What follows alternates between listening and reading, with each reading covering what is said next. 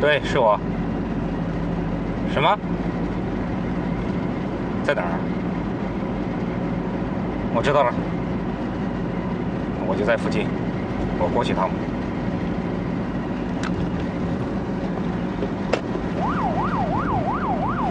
一个女的，酒喝多了，躺在地上没人管，还有可能被强暴了。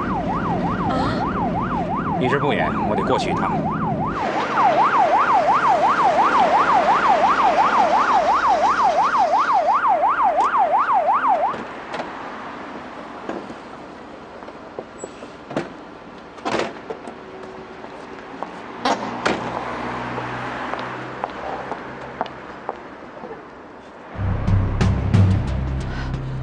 燕燕，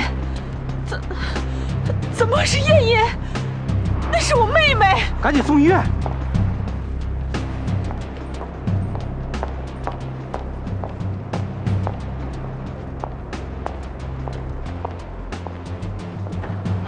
爸，我是乔媛，我找到燕燕了。你找到燕燕了？在哪儿？在滨海。在滨海？你是怎么找到她的？爸，是这样的，我告诉您，您可千万得沉住气，别着急啊。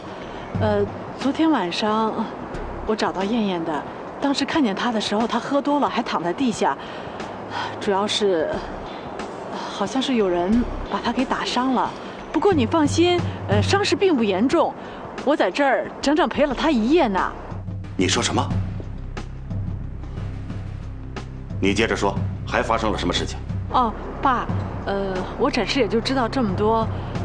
他现在已经醒过来了，不过好像神情有些恍惚，问他什么他都不愿意多讲。行了，妍妍，你不要多说了，马上回到妍妍身边去做全身的检查，尤其是头部，一定要做 CT 扫描，你听见了吗？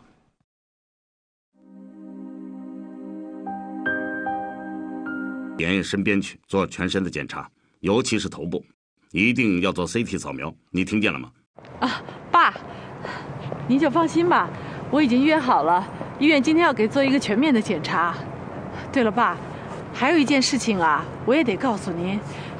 您知道，这边的警察他们已经把罗军给找着了，而且啊，还抓获了这个廖总。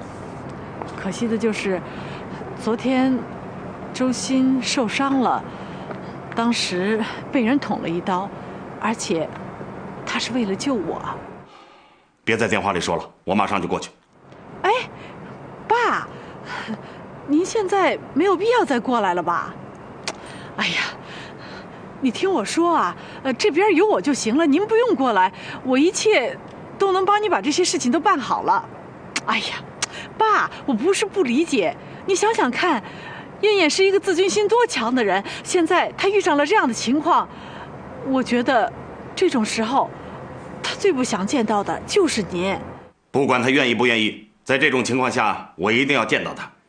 燕燕是我的亲生骨肉，我每时每刻都在惦念着她，这种心情你能理解吗？啊，还有周鑫，人家是为了救我的女儿啊。不多说了，我马上过去。燕燕，出院以后就住到我那儿去吧，啊？无所谓，住什么都行。你看你这是说什么呢？妍妍，爸爸他说他想请假，想过来看看你。妍妍，你也知道，我不可能不告诉爸爸的。而且爸爸多可怜呀，你知道吗？他想你想的都老了10岁。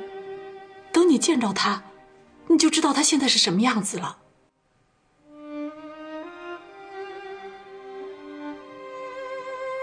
他什么时候调到省里去的？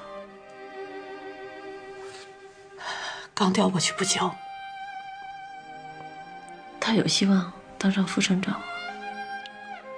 爸爸是梁叔叔点名让他调过去的，现在梁叔叔是省委书记。关于爸爸的事情，传闻也非常多，具体的我也不太清楚。怎么，你怎么突然想起问这个了？给他打个电话，无论如何不让他来。燕燕，都这么长时间了，你跟爸爸还赌什么气呀？你知道吗？我真的不觉得爸爸有什么地方对不起我们。别说了，姐。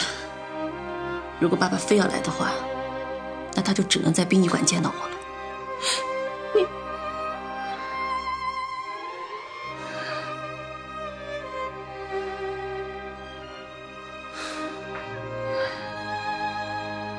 燕燕，你这是干什么呢？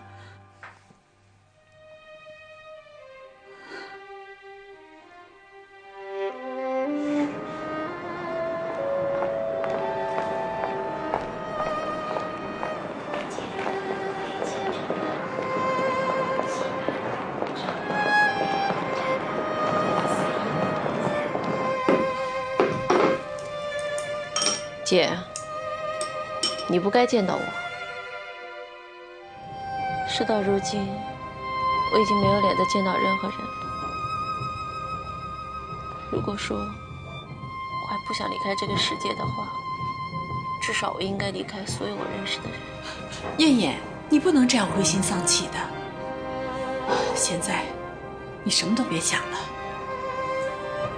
听我一句话，跟我回去。回去？回哪儿？金山。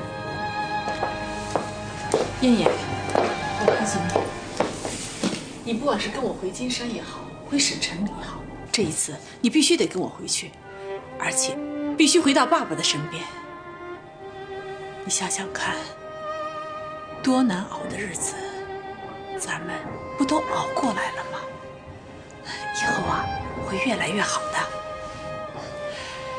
等我忙完了这儿，我也回去。到了那个时候，咱们一家人又可以团聚了，多好啊！啊！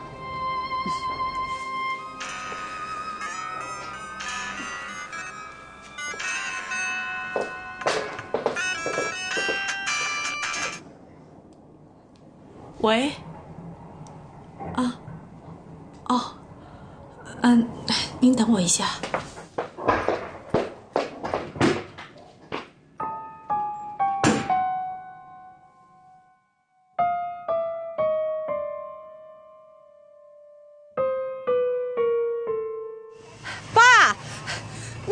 考虑清楚，就这么着急的给跑来了。你怎么知道我没有考虑好就过来了？啊？你们现在在哪儿啊？行了，别说了，我必须马上见到爷爷。哎呀，爸，你干嘛那么着急啊？你知道吗？我现在啊，已经把燕燕啊劝得差不多了。您现在这么着急的一赶来，这事儿不给弄拧了吗？你别说的那么严重，你妹妹我还不了解吗？你现在就过来，我在机场等你，过来接我。我马上过来啊，你等着我。哎呀，